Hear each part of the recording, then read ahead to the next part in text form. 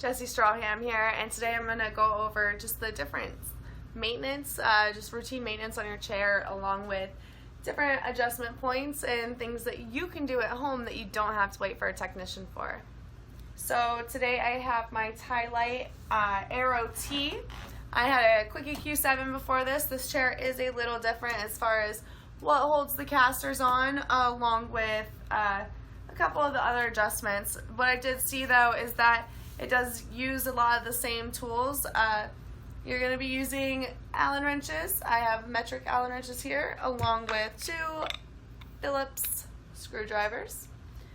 Those are to take my casters off. Give this just a little bit of pressure. You see, comes right out.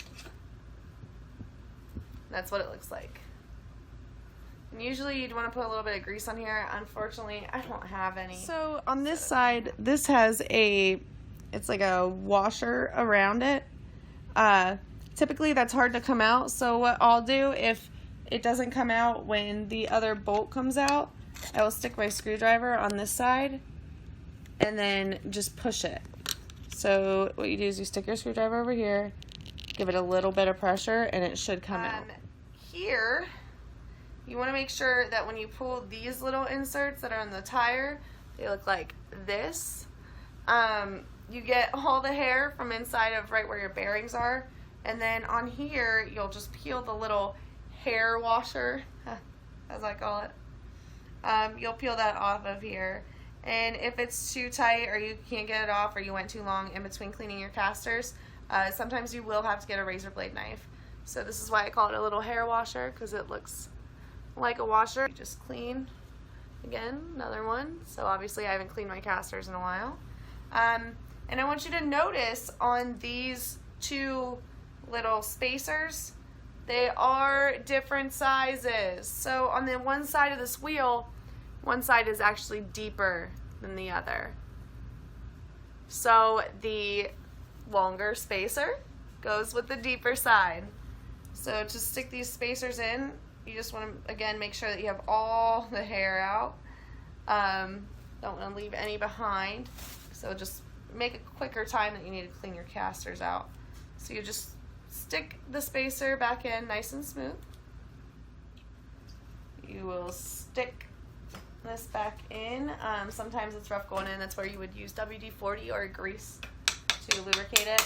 I just use the end of my Phillips to tap it all the way through. To make this work, you just, again, same way, righty-tighty.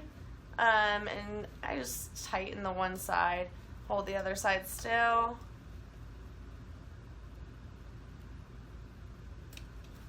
And like that, we're good to go. Off and rolling again. God, that's the smartest thing ever. Taking the hair out of my wheels without taking my wheels off. How smart is that? Ew.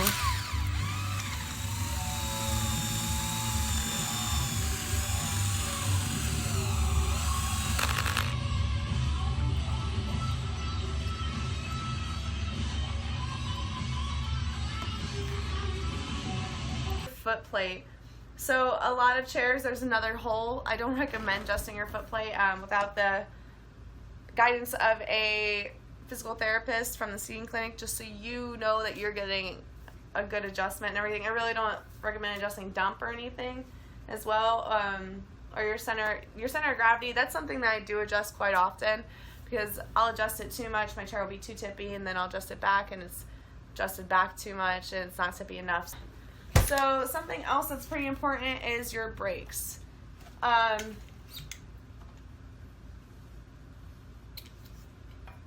To adjust your brakes, you will definitely have to take one of the tires off. And this is usually easier. I usually lay the chair on its side like this and just pull it close to me. So on here, you have obviously your locking mechanism. And then you have this part on the frame. On this specific chair, I have the scissor brakes.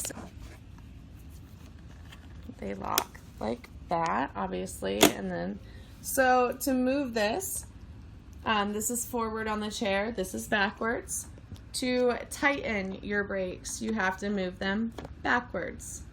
To loosen them, you move them forward. The adjustment, right here. Just loosen these just a little. Do not take them all the way off. You should be able just to tap it forward. Those are Allen wrenches. Oh, nope, that was a little slow. You see how freely that moves?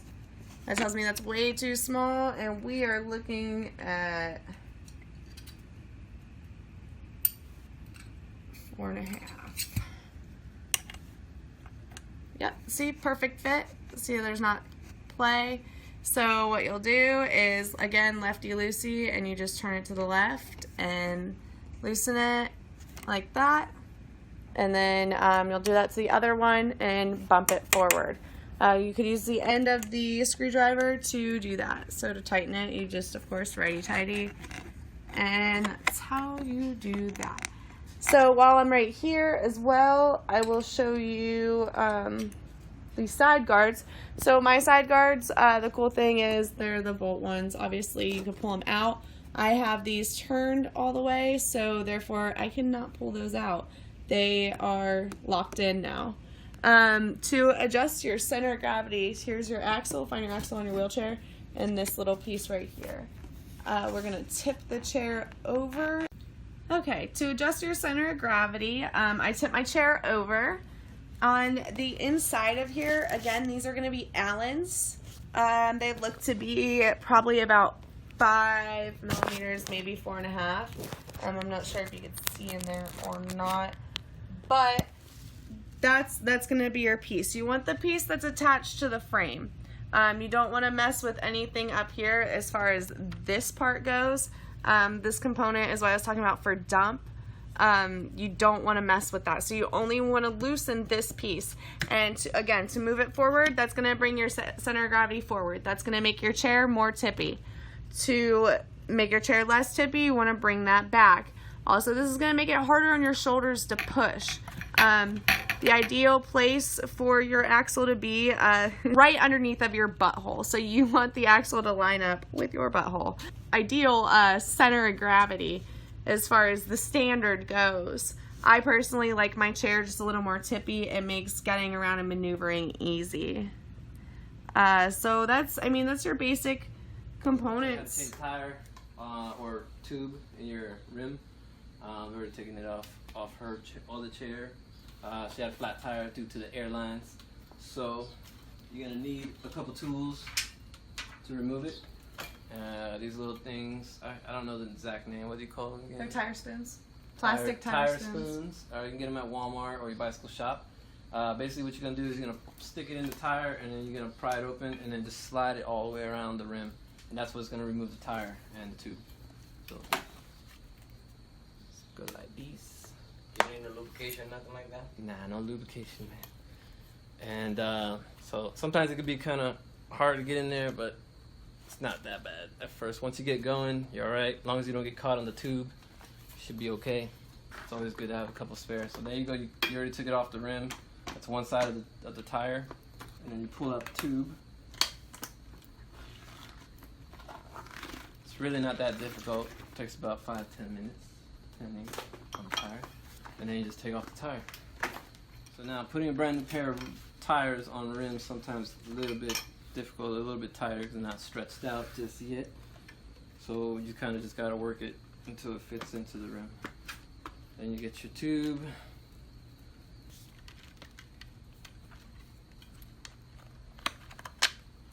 So basically you just pop the stem through the hole and work the tube into the tire. Make sure it's right, not all twisted or cramped up. Make sure not to pinch it. Don't pinch it when you're putting the tire back on it, because then you just wasted the tube. Now all you gotta do is close it up. So you basically gotta pinch it down and just work it till you get to the end. And this is where it gets a little harder because it's tighter now. And you gotta work it. If it gets too tight and you can't push it down with your hand, you can use the little tire spoons. But this one went in fine. Boom. All it needs is some air and you're done. 5 minutes. Good.